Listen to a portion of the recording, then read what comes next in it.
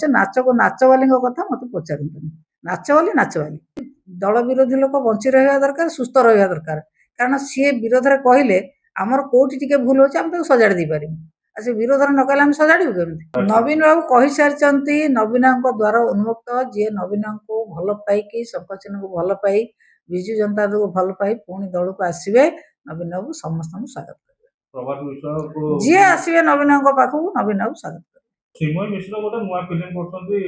ମୁଁ ସେ ବିଷୟରେ କିଛି ଶୁଣନ୍ତୁ, କିଏ କୋଉଠି ନାଚକୁଦ କରିବ ସେ ବିଷୟରେ ଆପଣ ଆମକୁ ପଚାରିବା ନା? ଇଏ ରାସ୍ତାଘାଟରେ କେତେ ପିଲା ନାଚୁଛନ୍ତି, କେତେ କଥା କହୁଛନ୍ତି, ଆପଣ ତା ବିଷୟରେ କାହିଁ ମୋତେ ପଚାରୁଛନ୍ତି? ଏ ରାସ୍ତାରେ ତ ବହୁତ ଭଲ ଭଲ ଝିଅ ପୁଅ ନାଚ କରୁଛନ୍ତି, ବହୁତ ସିରିଏଲ କରୁଛନ୍ତି, ଆପଣ ତାଙ୍କ ବିଷୟରେ କାହିଁ ପଚାରୁନାହାନ୍ତି? ଆ ବିଷୟରେ କାହିଁ ପଚାରୁଛନ୍ତି? ବହୁତ ସିରିଏଲ ତ ପୁଅ ଝିଅ କରୁଛନ୍ତି, ଆପଣ ତାଙ୍କ ବିଷୟରେ ପଚାରୁନାହାନ୍ତି? ଆରି ବିଷୟରେ କାହିଁକି ପଚାରୁଛନ୍ତି ଆମକୁ?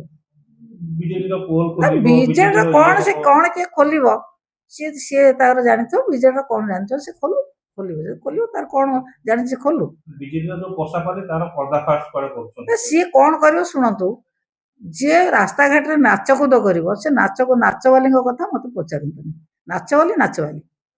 ପ୍ରଭାତ ବିଶ୍ୱାଳ ଅସୁସ୍ଥ ଆଉ ତାଙ୍କ ପାଖରେ ବିଜେଡି ନେତାଙ୍କ ଠାରୁ ଆରମ୍ଭ କରିକି ବିଜେପି ନେତା ମାନେ ଋଷି ପଟ୍ଟନାୟକ ବିଜେଡିରୁ ଦେବୀ ମିଶ୍ର ସମସ୍ତେ ଯାଇକି ମଧ୍ୟ ପହଞ୍ଚିଛନ୍ତି।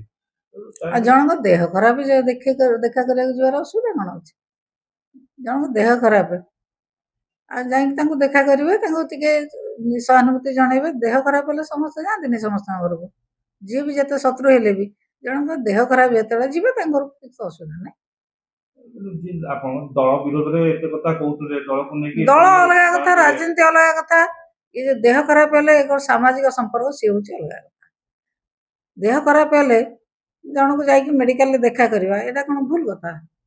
ଏଇଟା ଭୁଲ କଥା ନୁହଁ ତ। ମେଡିକାଲରେ ଦେହ ଖରାପ ଯାଇଛନ୍ତି, ତାଙ୍କୁ ଜଗନ୍ନାଥଙ୍କୁ ଡାକିବା ସମସ୍ତେ ସୁସ୍ଥ ରୁହନ୍ତୁ।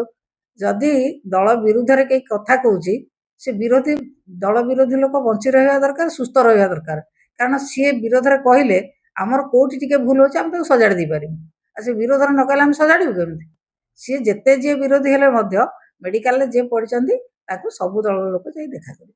ତାପରେ ଆଉ ଗୋଟେ ଚର୍ଚ୍ଚା ହଉଛି ଯେ କୁଆଡେ ସମସ୍ତେ ପୁଣି ପୁରୁଣା ନେତା ଯୋଉମାନେ ସବୁ ଦଳରୁ ବାହାରି ଯାଇଛନ୍ତି, ବହିଷ୍କାର ହେଇଛନ୍ତି କିମ୍ବା ଦଳ ଛାଡ଼ିଛନ୍ତି, ସେମାନେ ସୁଜାତା ମ୍ୟାଡାମ ଆସିଲା ପରେ ପୁଣି ଦଳକୁ ଫେରିବା ପାଇଁ ବିଭିନ୍ନ ପ୍ରକାର ପ୍ରୟାସ। ନବୀନ ବାବୁ କହିସାରିଛନ୍ତି ନବୀନଙ୍କ ଦ୍ୱାର ଉନ୍ମୁକ୍ତ। ଯିଏ ନବୀନଙ୍କୁ ଭଲ ପାଇକି ଶଙ୍କଚିହ୍ନକୁ ଭଲ ପାଇ ବିଜୁ ଜନତା ଦଳକୁ ଭଲ ପାଇ ପୁଣି ଦଳକୁ ଆସିବେ, ନବୀନ ବାବୁ ସମସ୍ତଙ୍କୁ ସ୍ୱାଗତ କରିବେ।